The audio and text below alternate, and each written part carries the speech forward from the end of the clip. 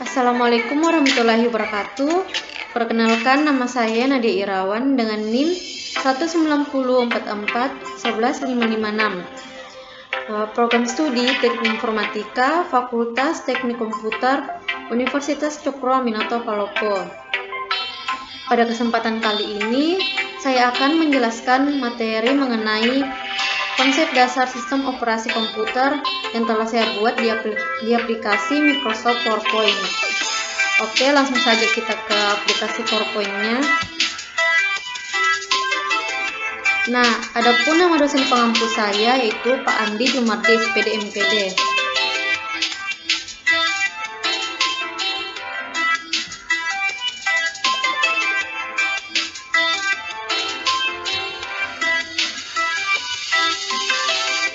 Definisi sistem operasi. Sistem operasi atau operation system atau OS adalah seperangkat program yang mengelola sumber daya perangkat keras komputer atau hardware dan menyediakan layanan umum untuk aplikasi perangkat lunak atau software. Sistem operasi adalah jenis yang paling penting dari perangkat lunak sistem dalam sistem komputer. Tanpa sistem operasi, pengguna tidak dapat menjalankan program aplikasi pada komputer mereka, kecuali program aplikasi booting. Contoh sistem operasi modern adalah Linux, Android, iOS, macOS, X, dan Microsoft Windows. Nah, tujuan dan fungsi dasar sistem operasi. Sistem operasi diharapkan mempunyai dua tujuan, yaitu yang pertama itu tujuan kenyamanan dan efisien, di mana kenyamanan ini membuat sistem operasi komputer lebih mudah untuk digunakan. Kemudian yang kedua itu efisien, di mana ini memungkinkan sumber daya sistem komputer dapat digunakan dengan cara yang efisien.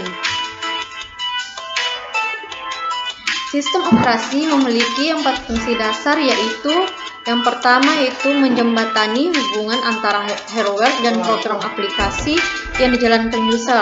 Yang kedua, mengatur dan mengawasi penggunaan perangkat keras oleh user dan berbagai program aplikasi yaitu resource allocator sebagai program pengendalian yang bertujuan untuk menghindari kekeliruan, error, dan penggunaan komputer yang tidak perlu sebagai guardian yang menjaga komputer dari berbagai kemungkinan kerusakan. Kemudian, manajemen sumber daya hardware seperti mengatur memori, printer, CD-ROM, dan lain-lain.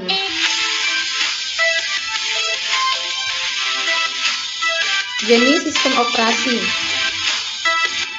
Nah, sistem operasi terbagi menjadi dua bagian, yaitu sistem operasi open source dan juga sistem operasi closed source.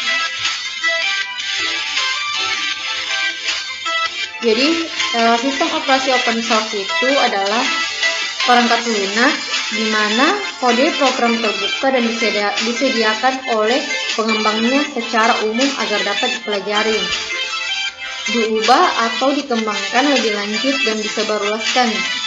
Jika ada pembuat perangkat lunak yang tidak mengizinkan kode programnya diubah atau dimodifikasi, maka bukanlah disebut sebagai open source, walaupun kode program dari perangkat lunak tersebut tersedia.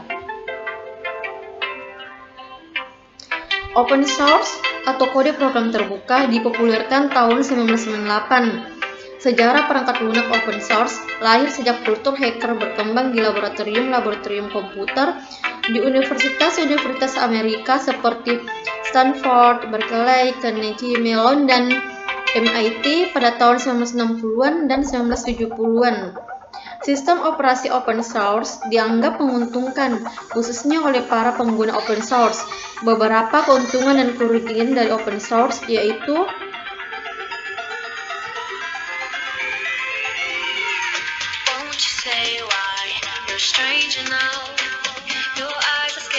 keuntungan dan kerugian dari open source yaitu keuntungannya yang pertama, banyak tenaga SDM yang berperan mengerjakan proyek. Yang kedua, kesalahan, bugs atau error lebih cepat ditemukan dan diperbaiki. Kualitas hasil lebih terjamin karena komunitas melakukan evaluasi. Lebih aman, hemat biaya, tidak mengulangi development. Kemudian untuk kekurangannya yaitu yang dapat memanfaatkan open source. Tidak adanya proteksi terhadap hak atas kekayaan intelektual. Oke, next, sistem operasi closed source. Closed source adalah sistem operasi yang kodenya tidak dibuka untuk umum. Pemilik kode yang closed source bisa membagi source kodenya melalui lisensi dengan gratis maupun membayar. Meskipun gratis, lisensi tertentu bisa membuat sebuah sistem operasi tidak sepenuhnya open source. Misalnya, jika lisensi tersebut ada larangan untuk memodifikasi kode, maka sistem operasi ini tidak open source. Nah, keuntungan dari closed source. Yang pertama yaitu kestabilan sistem terjamin karena ada penanggung jawab resmi. Yang kedua, support langsung dari pemilik aplikasi atau program. Yang ketiga, mudah mendapatkan sertifikasi. Yang keempat, lebih mudah digunakan atau dipelajari atau dipahami karena mayoritas pengguna menggunakannya pada daerah tertentu.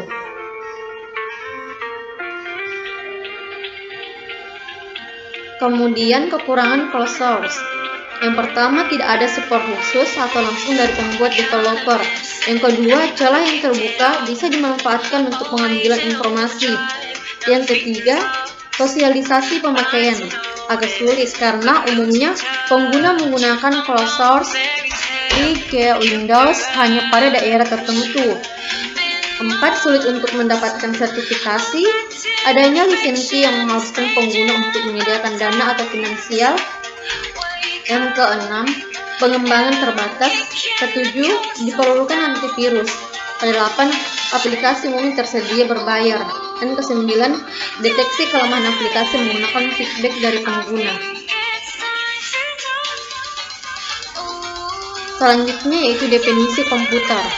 Komputer yaitu suatu peralatan elektronik yang dapat menerima input, mengolah input, memberikan informasi menggunakan suatu program dan tersimpan di memori komputer, dapat menyimpan program dan hasil pengolahan, serta bekerja secara otomatis. Terdapat 3 istilah penting yaitu input data, pengolahan data, dan informasi atau output. Pengolahan data dengan menggunakan komputer dikenal dengan nama pengolahan data elektronik dalam kurung PDE atau Electronic Data Processing dalam kurung EDP. Nah, adapun struktur dari komputer yaitu didefinisikan sebagai cara-cara dari tiap komponen saling terkait, di mana ada input device, input atau output source, output device. Kemudian dari input atau output source kita ke data bus. Di sini ada CPU, ada CU atau ALU. Ini controller. Oke. Struktur komputer, 4 komponen pokok sistem komputer, yaitu yang pertama pemroses, yang kedua memori utama, yang ketiga perangkat masukan dan keluaran, yang keempat interkoneksi antar komponen. Nah, pemroses satu CPU disebut CPU. Berfungsi mengendalikan operasi komputer dan melakukan pengolahan data. Pemroses melakukan kerja dengan langkah sebagai berikut. Mengambil instruksi yang dikodekan secara binar dan dari memori utama, Mendekode instruksi menjadi proses-proses sederhana melaksanakan proses-proses tersebut. Operasi-operasi pada pemproses dikategorikan menjadi yang pertama itu operasi aritmetika, di mana operasi aritmetika merupakan penambahan, pengurangan, perkalian, pembagian, dan lain sebagainya. Kemudian operasi logika seperti OR, AND, SOR, inversi, dan lain sebagainya. Operasi pengendalian, operasi percabangan, lompat, dan lain sebagainya. Pemproses terdiri dari 3 komponen, yaitu control unit berfungsi mengendalikan operasi yang dilaksanakan sistem komputer, ALU arithmetic logis unit berfungsi melakukan operasi aritmetika dan logika. Register merupakan memori yang sangat cepat yang berfungsi sebagai tempat operan-operan dari operasi yang akan dilakukan oleh pemproses. CU atau control unit atau unit kendali mengatur dan mengendalikan semua perangkat yang ada pada sistem komputer, kapan alat input menerima data dan kapan data diolah, serta kapan ditampilkan pada alat output. Mengartikan instruksi-instruksi dari program komputer, membawa data dari alat input ke memori utama, mengambil data dari memori utama untuk diolah, mengirim instruksi ke ALU jika ada instruksi untuk perhitungan aritmatika atau perbandingan logika, membawa hasil pengolahan data kembali ke memori utama lagi untuk disimpan, dan pada saatnya akan disajikan ke alat output. Kesimpulan tugas dari unit kendali ini adalah yang pertama, mengatur dan mengendalikan alat-alat input dan output. Yang kedua, mengambil instruksi-instruksi dari memori utama. Ketiga, mengambil data dari memori utama jika diperlukan. Mengirim instruksi ke ALU bila ada perhitungan aritmetika atau perbandingan logika, serta mengawasi kerja dari ALU.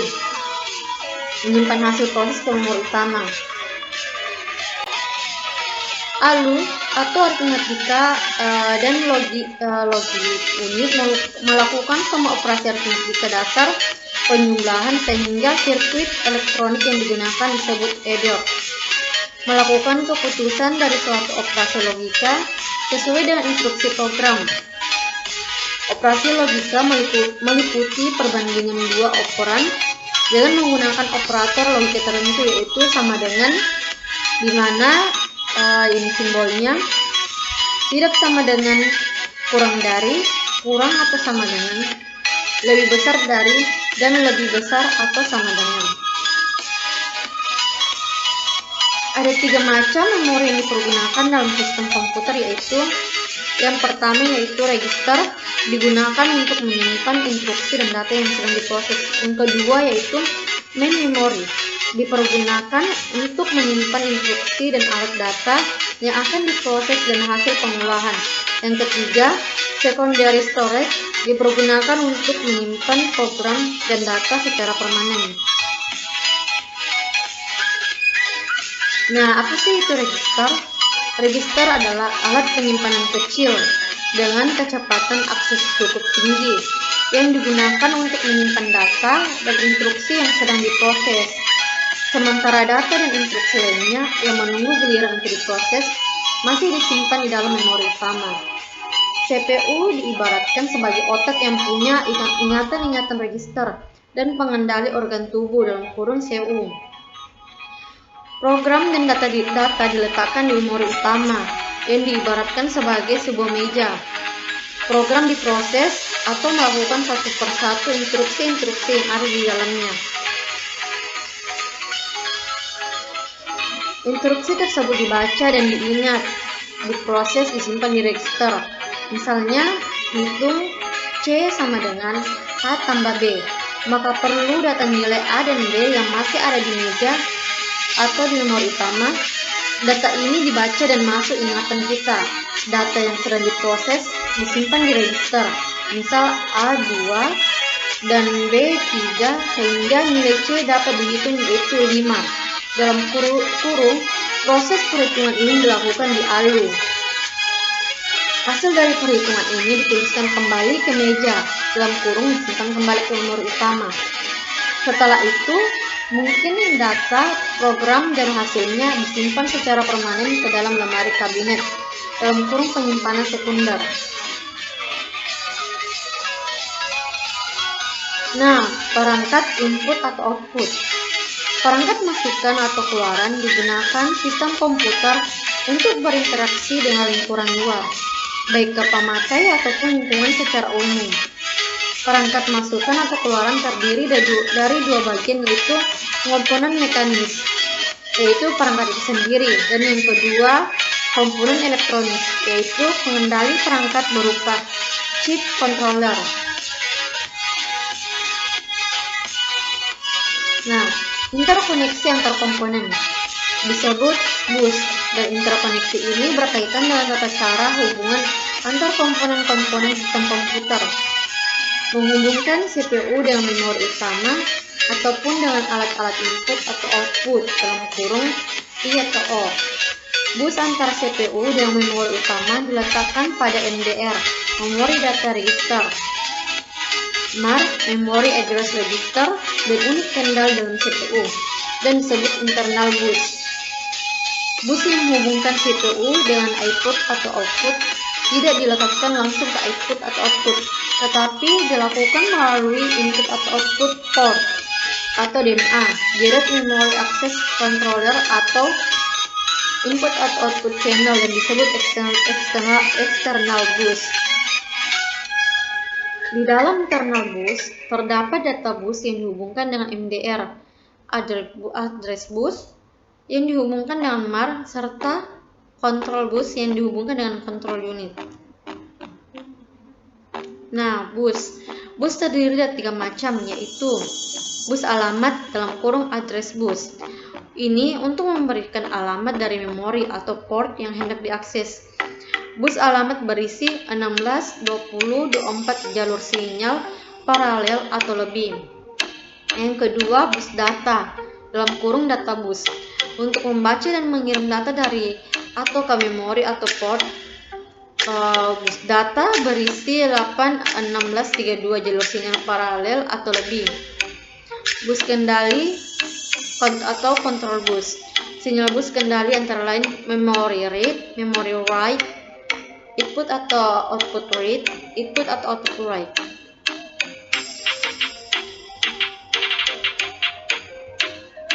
Nah, oke.